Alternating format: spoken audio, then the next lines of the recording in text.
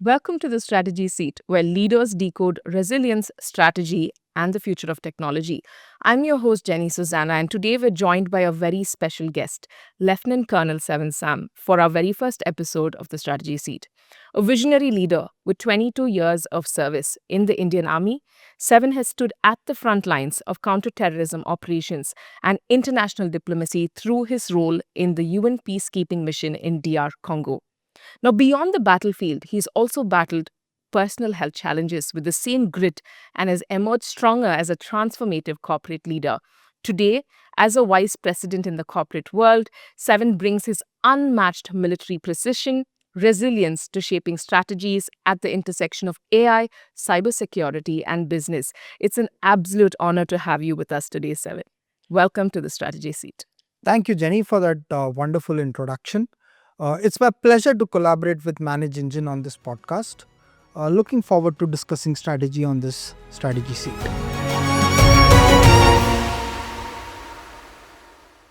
So, Seven, you've had a very fascinating journey that spans across military, diplomacy, and business leadership. Now, each of these sections have their own unique challenges, but they have a common unifying theme, which is strategy. So, what first drew you to the intersection of technology and cybersecurity at a strategic level? So, Jenny, it all started with my time in the Indian Army. On the ground, I saw how technology could be the difference between life and death. The right intelligence, the right system could change the outcome of a conventional or counterinsurgency operation. Now, when I've moved into tech strategy and global business growth, I've come to realize that the battlefield has also shifted. It is not physical anymore, it has expanded into cyberspace. And now, with the advent of AI, the stakes are even much higher and critical.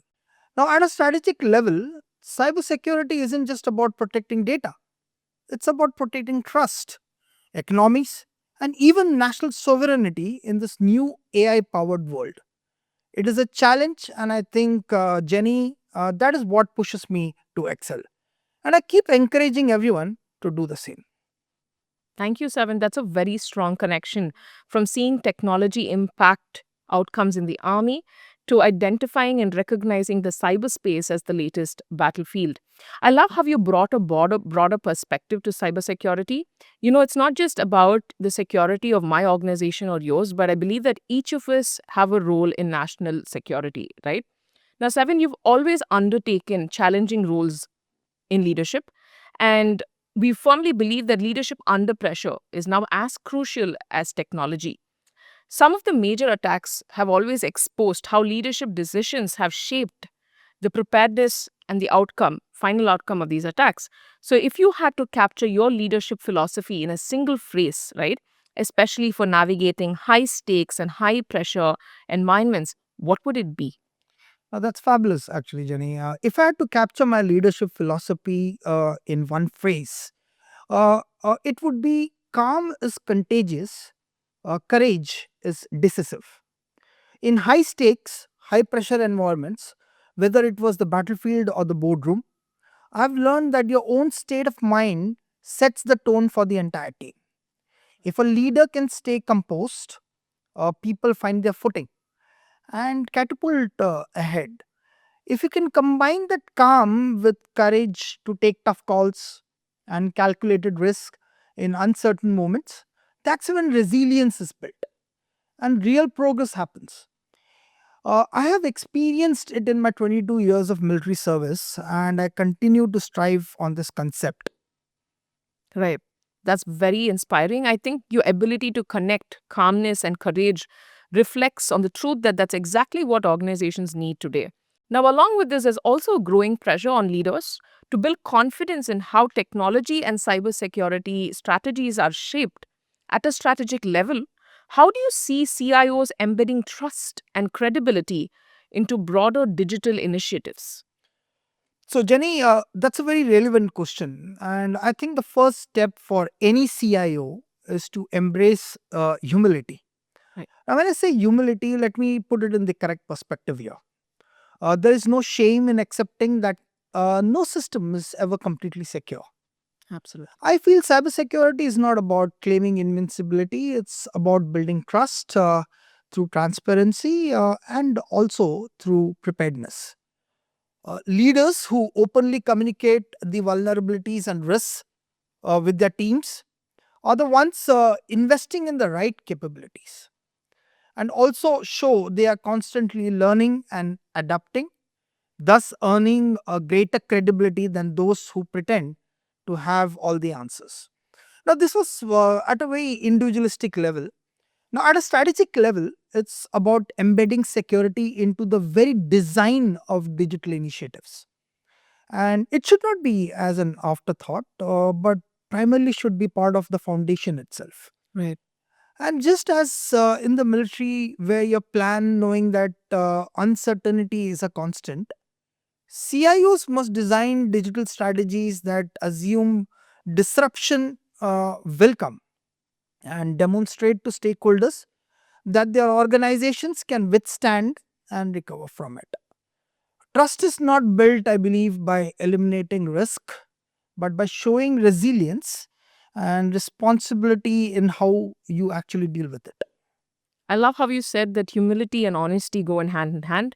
And it's amazing that you frame cybersecurity as a trust exercise, right? Rather than a shield of invincibility.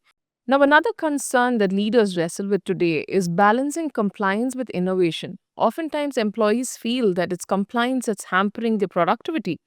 We've seen this challenge time and time again in almost every industry today, right?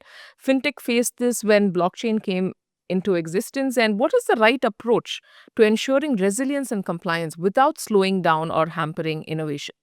It's a very relevant question. So that's a challenge I've lived on both on the battlefield and in business, Jenny.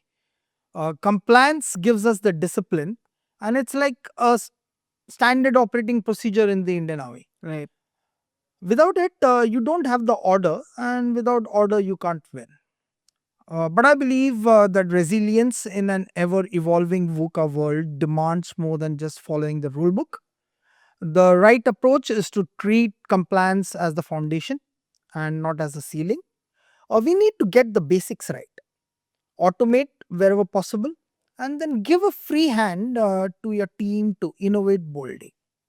In my experience, when leaders combine discipline, structure with a culture of trust and empowerment, innovation doesn't get slowed down by compliance. It gets safeguarded and is accelerated by it. That's my take on it. That's absolutely great because I think for us as a company as well, right? It's embedded in our DNA, right? Privacy and compliance is a part of who we are. But our founders have always given us the space to innovate, right? And that's been the birth of some of the most brilliant solutions that we've put out today in the industry. And that is what has built our portfolio, right? Fabulous. Identifying issues or pain points that our customers face and bringing in your creativity to solve that has basically resulted in the birth of our solutions. So that's a great point. And I also think that, no matter how much we strive to keep up with technology and comply with upcoming regulatory mandates or regional mandates, attackers always seem to be one step ahead of us, right? So, with the new type of cyber attacks that are constantly emerging, what do you recommend for organizations to detect and mitigate these attacks before things get out of hand? So, thanks for that, Jenny. In the military, we are trained to fight battles we can't always predict. So, that's the essence of operating in a VUCA world. Right. We've built layers of defense, we run constant drills, we assume that the adversary is always adapting. Cybersecurity, I believe, is no different. At a strategic level, CIOs need to move beyond a compliance checklist. Primarily, this mindset has to change and start thinking like, battlefield commanders. Anticipate, uh, prepare, adapt, intercept, and then thereafter mitigate. Practically, I believe that means leveraging artificial intelligence for continuous monitoring and threat hunting. Not just detecting attacks, but predicting patterns before they strike. It also means running cyber war games, much like the military exercises. We have to predict enemy plans and brainstorm counter mitigation strategies, primarily to stress test the systems and people who are under pressure. And just as in the army, as what I've learned, that the first thing to collapse is always the plan. In business, we need leaders who are humble enough to admit vulnerabilities, uh, yet be resilient and agile enough to respond, recover, and keep moving forward. So I believe that's a blend of discipline and innovation is what would keep organizations secure and future ready in this ever evolving VUCA world. Right. Your perspective on anticipation over reaction is absolutely spot on, right? And the fact that you said that we've always got to assume that the enemy is right at our doorstep, right, reminds me of the principles of zero trust. And I'm reminded of Gartner's forecast that most organizations by 2027 would have embedded zero trust in their cybersecurity strategies. And that is coming to pass, right? A lot of organizations are already in their zero trust journey. Now, looking ahead, what do you think will redefine CIO strategies in the next 5 years, especially in the way technology, risk, and security are managed at an enterprise level? So thanks for that question, actually, Jenny. And over the next 5 years, I believe that CIO strategy will be redefined by three things. First, artificial intelligence architectures, uh, zero trust resilience, and responsible governance. AI will sit at the core of every enterprise system, not on the periphery. Risk will be managed less through perimeter defense Right. and more through adaptive zero trust frameworks. And most importantly, security will move from being an IT function to a board level responsibility with Absolutely. trust Yeah. and resilience shaping every digital initiative. Uh, According to me, every mid and senior level need to be flexible and be ready for this transition. Now, when I say trust, I don't just mean trusting the technology.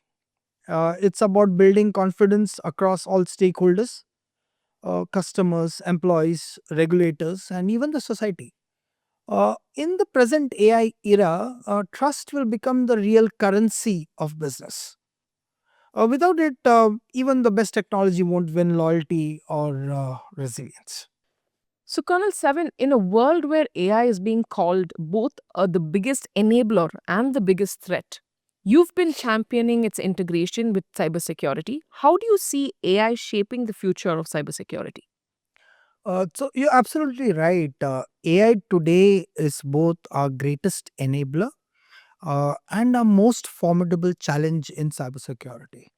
On one hand, AI gives us the ability to detect vulnerabilities in real time, predict threats before they materialize, and respond with a speed that humans alone cannot match. Right. It's like having an ever evolving digital force multiplier, much like how advanced battlefield transparency, real time intelligence has transformed modern warfare. We have witnessed the same in the recently concluded Operation Sindoor. On the other hand, adversaries are using the very same technology, from AI driven phishing campaigns to convincing deepfakes and Absolutely. fully automated attacks. Right. Which means the cyber battlefield has evolved from a traditional digital space into a highly AI driven domain. Now, let's take the example of the Russia Ukraine war. It's a real time example how the digital battlefield over the time has evolved. We have seen predictive analytics deployed not just as a cyber weapon to anticipate and disrupt, but also as a defensive shield to absorb and repel attacks. It's amazing. So, the future of cyber strategy will not just be about building stronger firewalls or faster tools. Uh, it will be about embedding resilience into the very DNA of organizations. The ability to adapt, anticipate, and recover in a VUCA environment is going to be the game changer. Just as in combat, where unpredictability is the norm, leaders, I believe, must cultivate a mindset that embraces uncertainty. We have to be ahead of the curve and over the period learn how to leverage AI responsibly and also ensure that technology becomes a shield and not a weapon against us. It's not an easy task, but yes, Jenny, I believe that is the way forward. Right. And you were also talking about how attackers have been leveraging AI for spear phishing campaigns, deep fakes, right? And this brings us to the conversation that identities will always be the weakest link in our organization. And that's predominantly because the human mind is something that no system can ever control. And this is where I firmly believe that behavioral analytics can play a crucial role in mitigating attacks, right? So, do you believe that CIOs should invest in building AI driven behavioral analytics and baselines for users and systems? Or is it still too early to operationalize this at a large scale? So I believe that the time is now. AI driven behavioral baselines are no longer a luxury. Right. They are fast becoming a necessity. In the army, on the line of control in Jammu and Kashmir, we used to study patterns of enemy movements to anticipate, then intercept, and finally mitigate terrorist infiltrations. On the similar lines, in cybersecurity, AI does the same. It learns what normal looks like for users and systems and raises an alert when something unusual happens. Right. I believe it's a classical tactical textbook strategy. Of course, scaling this across an organization has its own challenges. We have to take care of the capex, the ROI. We need to build the necessary skill sets, and the risk of too many false alarms have to be catered for. But if CIOs wait for a perfect solution, they'll be left behind. The smarter approach is to start small, Right. roll it out in phases, and always keep a human oversight for contextual changes. Now, over the period of time, the system learns better. The alerts they start getting sharper, and the organization becomes more resilient. So it's not too early. In fact, waiting any longer uh, is going to be playing with fire. Absolutely.